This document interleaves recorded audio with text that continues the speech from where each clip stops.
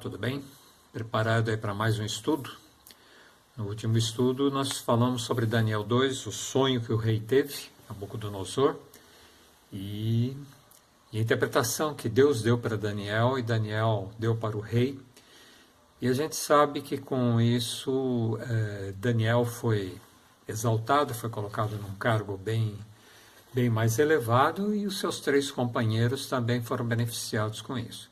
Mas antes de entrarmos no estudo de hoje nós vamos conversar sobre Daniel 3. Então, antes disso, vamos fazer uma oração pedindo a direção de Deus. Senhor nosso Deus, mais uma vez queremos te agradecer, porque até aqui tem estado conosco, guardando-nos, protegendo-nos, livrando de todos os males. Te pedimos que agora, ao abrirmos a tua palavra, para aprendermos um pouco mais de ti, que tu possa ser conosco, inspirando-nos, capacitando-nos, e dando-nos muita sabedoria dos altos céus para compreendermos esta mensagem. Fica conosco, nós te pedimos por Jesus. Amém. Muito bem, então, nosso estudo de hoje está baseado em Daniel, no capítulo 3. E nesse livro, começa contando para a gente que, lembra da estátua que nós estudamos no capítulo 2? Ela tinha a cabeça de ouro, né? Depois prata no peito, bronze nos quadris, ferro nas pernas e os pés de barro e de ferro, né? Não tinha liga, quer dizer que não haveria mais nenhum outro império a nível mundial como os anteriores. Só que Nabucodonosor, não satisfeito em ser só a cabeça, o que ele fez? Vamos ver aqui para a gente entender melhor o que aconteceu. O rei Nabucodonosor, capítulo 3, versículo 1. Né? O rei Nabucodonosor fez uma imagem de ouro que tinha 60 côvados de altura e 6 de largura. Levantou-a no campo de Dura, na província de Babilônia. Então ele fez uma estátua que tinha 60 côvados, aproximadamente 27 metros de altura. É como se você tivesse uma casa aí de uns 9 andares, 9 para 10 andares, mais ou menos, você tem uma ideia do tamanho, da altura da estátua, né? E 2,7 metros de largura, ou seja, 6 côvados, né, de largura.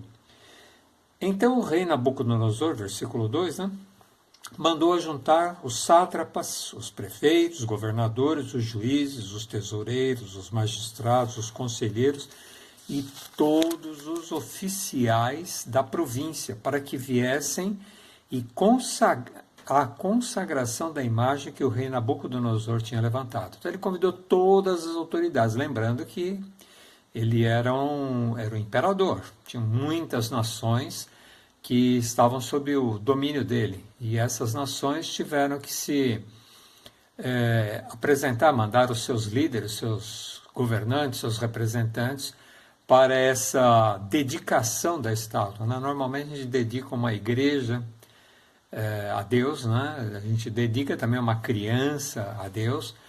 Agora, dedicar a estátua, essa aqui é obra da cabeça de Nabucodonosor. O sucesso subiu à sua cabeça, né? Versículo 3. Então se juntaram os sátrapas, os prefeitos, os governadores, todas as autoridades, né? Se ajuntaram para a consagração da imagem que o rei Nabucodonosor tinha levantado e estavam em pé diante da imagem que Nabucodonosor havia erguido. Nisto, versículo 4, nisto o arauto apregoava em alta voz, quer dizer, um representante ali de Nabucodonosor, falava em alta voz, passando as orientações para o povo. Ordena-se a vós outros, ó povos, nações e homens de todas as línguas, no momento em que ouvirdes o som da trombeta, do pífaro, da harpa, da cítara, do saltério, da gaita de foles e de toda sorte de música, vos prostrareis e adorareis a imagem de ouro que o rei Nabucodonosor levantou. Então, quando eles ouvissem a grande orquestra sinfônica que Nabucodonosor preparou ali na hora para a inauguração, quando ela começasse a tocar, todo mundo deveria se curvar e adorar a estátua. Esse se curvar não é curvar a sua cabeça assim, não. Se curvar era ajoelhar no chão e com a cabeça rente ao chão também. Então, eles deveriam assumir essa posição para adorar a estátua. vos prostrareis e adorareis a imagem de ouro que o rei Nabucodonosor levantou. Percebeu? De ouro. Era só ouro. O sonho tinha ouro, prata, bronze, ferro e barro com ferro. Na prática, Nabucodonosor fez uma só de ouro. Por que será que ele fez uma só de ouro? No mínimo, ele queria que o reino dele nunca terminasse. Ele sabia, Daniel explicou para ele, que depois dele viriam outros reinos e comandariam o mundo. Só que Nabucodonosor não queria. Ele ouviu, entendeu, na hora ele exaltou a Daniel. E o interessante, guarda mais uma coisa, ali no capítulo 2, no final, versículo 48, então o rei engrandeceu a Daniel e lhe deu muitos e grandes presentes e o pôs por governador de toda a província da Babilônia, como também o fez chefe supremo de todos os sábios de Babilônia. Só que no versículo 47, o rei disse para Daniel, certamente o vosso Deus é o Deus dos deuses, o Senhor dos reis e o revelador de mistérios, pois pudestes revelar este mistério. Veja, ele estava dizendo que o Deus de Daniel é o Deus dos deuses. Tá? Guarda bem isso, que já já ele vai fazer uma arte aqui. Nabucodonosor vai fazer uma arte. Muito bem. Versículo 6. Então ele deu as orientações e no versículo 6 ele fala, o arauto, né, fala, qualquer que se não prostrar e não a adorar será no mesmo instante lançado na fornalha de fogo ardente. Ele não fez só a estátua toda de ouro. Ele fez também uma fornalha onde seriam atirados aqueles que não obedecessem à ordem do rei. Iam virar, nem churrasco, iam virar cinzas direto, né? Não dá tempo nem de virar churrasco. Versículo 7. Portanto, ainda o arauto falando, né? Quando todos os povos, aliás, né, agora já é a sequência do relato, né? Portanto, quando todos os povos ouviram o som da trombeta, todos os líderes estavam lá reunidos, né? Do pífaro, da harpa, da cítara, do saltério e de toda sorte de música, se prostraram os povos, nações de homens de todas as línguas e adoraram a imagem de ouro que o rei Nabucodonosor tinha levantado. Se você estivesse lá, como é que você ficaria? Você ia se curvar também diante da estátua? Ou seria como os amigos de Daniel? Vamos ver o versículo 8. Ora, no mesmo instante, se chegaram alguns homens caldeus são os homens da Babilônia, né? E acusaram os judeus. Disseram ao rei Nabucodonosor, ó rei, vive eternamente. Tu, ó rei, baixastes um decreto pelo qual todo homem que ouvisse o som da trombeta, do pífaro, da harpa, da cítara, do saltério, da gaita de foles, de toda sorte de música, se prostraria e adoraria a imagem de ouro. Quer dizer, quando a orquestra sinfônica de Nabucodonosor começasse a tocar, todo mundo deveria ter se curvado e adorado a estátua. E no versículo 11 eles disseram para o rei, e qualquer que não se prostrasse e não adorasse seria lançado na fornalha de fogo ardente. Confere? E o rei falou, confere, claro, foi isso que eu disse. Então, no versículo 12, mas se sabia, agora aos fofoqueiros aqui, né? O pessoal que gosta de ver prejudicar os outros que estão em alguma posição de destaque, eles sempre querem passar por cima, querem puxar o seu tapete, né? Há uns homens judeus que tu constituíste, você colocou eles como líder, né? Sobre os negócios da província da Babilônia, chamados Sadraque, Mesaque e Abdinego, e estes homens, ó rei, não fizeram caso de ti. A teus deuses não servem nem adoram a imagem de ouro que levantastes.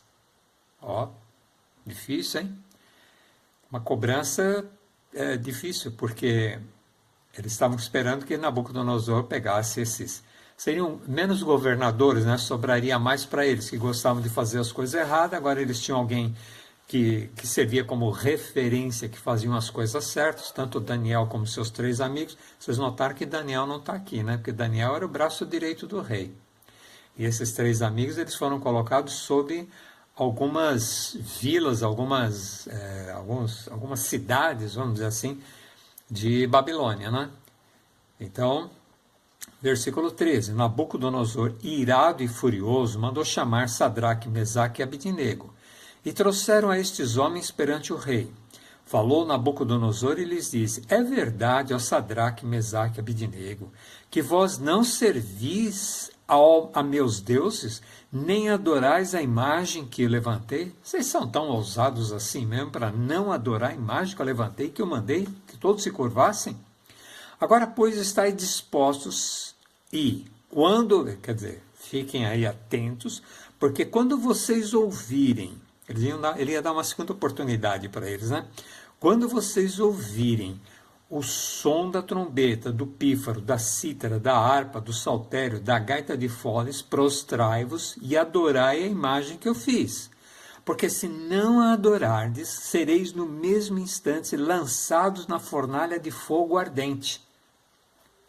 Agora, vocês perceberam que no começo, versículo 13, diz que ele ficou irado e furioso quando soube que tinha algumas pessoas que não tinham se curvado. Após que quando ele olhou, falou: ai caramba, o que eu fiz agora? O que eu vou ter que fazer agora? Justo com esses três aqui, eles são amigos de Daniel, Daniel é um fiel servo meu, eles também são fiéis a mim, né? Se sentiu enroscado, mas ele é embaralhado, embaraçado, melhor dizendo, né? Mas ele ainda confiava que eles iam dobrar os joelhos, né? Acreditava. E olha o que ele disse aqui na sequência: se não o adorardes, serei no mesmo instante lançado na fornalha de fogo ardente. E quem é o Deus que vos poderá livrar das minhas mãos? Lembra? Eu li agora há pouco para vocês aqui no capítulo 2, versículo 47, onde ele fala assim: certamente o vosso Deus é o Deus dos deuses. Agora ele quero ver quem é o Deus que vai livrar vocês de mim. Já tinha esquecido do que ele tinha falado, né? Ele mesmo tinha dito isso e já tinha se esquecido disso, né? Mas aí no versículo 16, olha a postura de Sadraque, Mesaque e Abidnego. Olha a postura dos três, né? Responderam Sadraque, Mesaque e Abidnego ao rei: ó Nabucodonosor, quanto a isso, não necessitamos de te responder. Se o nosso Deus, a quem servimos, aquele Deus, né, que você falou que era superior a qualquer outro Deus, que era o Deus dos deuses, o Deus dos reis, né, que governava o universo, aquele Deus, né, esse é o Deus que nós servimos, se ele quiser livrar-nos, ele nos livrará da fornalha de fogo ardente das tuas mãos, ó rei. Se não, fica sabendo, ó rei, que não serviremos a teus deuses, nem adoraremos a imagem de ouro que levantasse. Agora, Nabucodonosor ficou numa situação complicada, porque ele havia dito que ia lançar na fornalha quem não dobrasse os joelhos. E agora, perante todo mundo, esses três jovens aqui, todos aqueles governantes de todas as nações que Babilônia havia conquistado e dominava, e agora eles desafiam o rei assim abertamente. Fique sabendo, né? Fique sabendo que não serviremos a teus deuses, nem adoraremos a imagem de ouro que levantasse. Não vamos fazer isso. Então, versículo 19, então Nabucodonosor se encheu de fúria e transtornado, quer dizer, ele já estava furioso e irado, ele se encheu de mais fúria ainda e ficou transtornado. E transtornado, o aspecto de seu rosto contra os Sadraque, Mesaque e Abidnego, ordenou que se acendesse a fornalha 7 vezes mais do que costumava. Do jeito que estava, já dava para assar os três ali bem assadinhos. Agora ele pediu para 3 vezes mais, 7 vezes mais quente ainda. Então eu fico imaginando que a fornalha deveria ter o tipo de uma porta, né? E essas labaredas saíam por aquela boca da fornalha, né? Vinham para fora da fornalha, tão quente que ela estava. Então, depois de aquecida 7 vezes mais, versículo 20. Ele ordenou aos homens mais, aqui fala poderosos, eu diria mais fortes que estavam no seu exército, que atasse os três, né? E os lançasse na fornalha de fogo ardente. Amarra esses três aqui e joga lá dentro. Pode jogar, não precisa ter dó, não é para colocar, não é para jogar mesmo. Aliás, joga de longe, porque as labaredas já estão saindo para fora aqui da fornalha. Então esses homens foram atados com seus mantos, suas túnicas e até os chapéus, né? E suas roupas, e foram lançados na fornalha sobremaneira acesa. Porque a palavra do rei era urgente e a fornalha estava sobremaneira acesa. as chamas de fogo mataram os homens que lançaram de cima para dentro a Sadraque, Mesaque e Abidnego. Esses homens fortes que amarraram e pegaram, cada um deles pegou um e jogou lá para dentro da fornalha. No mesmo tempo que jogou lá, o fogo saiu da fornalha e consumiu os três. Olha só como estava quente lá dentro, hein? Porque a labareda que saiu de lá matou os três, aliás, matou os homens. Aqui não fala que eram três, mas provavelmente, né? Esses cada um deles deve ter pegou um, ou eles de dois em dois pegavam e davam aquela balançada e vai agora, e joga, né? Mas conforme eles jogaram, a labareda veio e consumiu os três ali. Versículo 24. Então o rei Nabucodonosor se espantou e se levantou depressa e disse aos seus conselheiros: não lançamos nós 3 homens atados dentro do fogo? E eles responderam: é verdade, ó rei. Versículo 25, tornou ele e disse: eu, porém, vejo 4 homens soltos, que andam passeando dentro do fogo sem nenhum dano, e o aspecto do quarto é semelhante a um filho dos deuses. Opa, deu um estalo aqui, ó. Deus dos deuses, né? Parece um filho de Deus, né? Ele começou a saber quem era. Tanto é que olha a sequência, o que ele vai fazer, hein? Então se chegou Nabucodonosor à porta da fornalha, sobremaneira acesa, falou e disse, ele deve, não a porta, ele ficou encostado porque o fogo, o calor não permitia, mas de onde, o máximo, ele chegou mais perto que ele conseguiu da fornalha. E lá ele disse, Sadraque, Mesaque e Abidnego, servos do Deus Altíssimo. Agora ele já sabe. Ele tinha falado assim, quero ver quem é o Deus que vai livrar vocês. Aí ele lembrou, agora ele lembrou quem é o Deus. Agora ele fala assim, servos do Deus Altíssimo. Saí e vinde. Então Sadraque, Mesaque e Abidnego saíram do meio do fogo, vieram caminhando na boa, no meio do fogo. Ajuntaram-se todos aqueles convidados ao redor deles e viram que o fogo não teve poder algum sobre os corpos desses homens, não só sobre o corpo, mas também nem foram chamuscados os cabelos da sua cabeça, nem os seus mantos se mudaram, nem cheiro de fogo passaram sobre eles. Sabe, uma fornalha, pelo menos aquele cheiro da fumaça, né, do fogo, deveria ter afetado eles, nada. A única coisa que queimou aqui, vocês perceberam que eles estavam soltos? Foram só as cordas. Só as cordas queimaram. Eles não se queimaram, as roupas não queimaram, o cabelo não queimou, nem o chapéu que eles carregavam na cabeça, nem o chapéu. Saíram intactos. Esse é o Deus dos deuses. Esse é o Deus dos deuses. Versículo 28. Falou Nabucodonosor e disse, bendito seja o Deus de Sadraque, Mesaque e Abidnego, que enviou o seu anjo e livrou os seus servos que confiaram nele, pois não quiseram cumprir a palavra do rei, preferindo entregar o seu corpo a servir e adorar a qualquer outro Deus senão ao seu Deus. Puxa, como seria bom se todos nós fôssemos assim, né? A gente preferisse morrer do que trair a Deus, morrer do que negar a Deus. Eles não se preocuparam com isso. Se o nosso Deus quiser, ele vai nos livrar. E ele quis. E ele livrou. Mas eles tinham falado também, se não, fique sabendo, mesmo que a gente morra, nós não vamos nos curvar diante do seu Deus. Como seria bom se todos os cristãos, todos aqueles que se dizem cristãos, né, todos nós, assumíssemos uma postura semelhante. Não se curvar diante de outros deuses. Versículo